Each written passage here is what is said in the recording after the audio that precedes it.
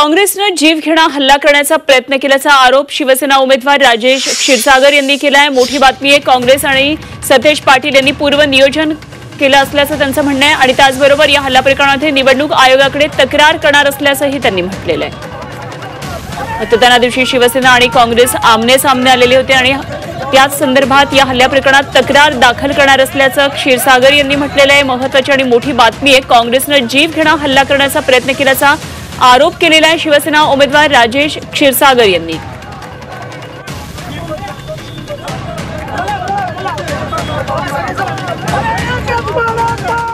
ते मला काही लोकांचा फोन आला की आम्ही मतदान करणार नाही, आमच्या भागात काही काम होत नाही।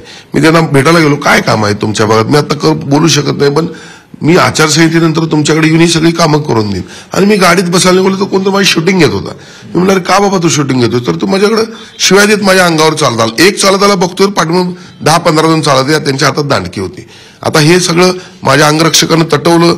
खरं म्हणजे माझ्यावर फार मोठा जीव घेणं काल हल्ला झाला असता, हे काँग्रेसवाल्यांचं षडयंत्र होतं।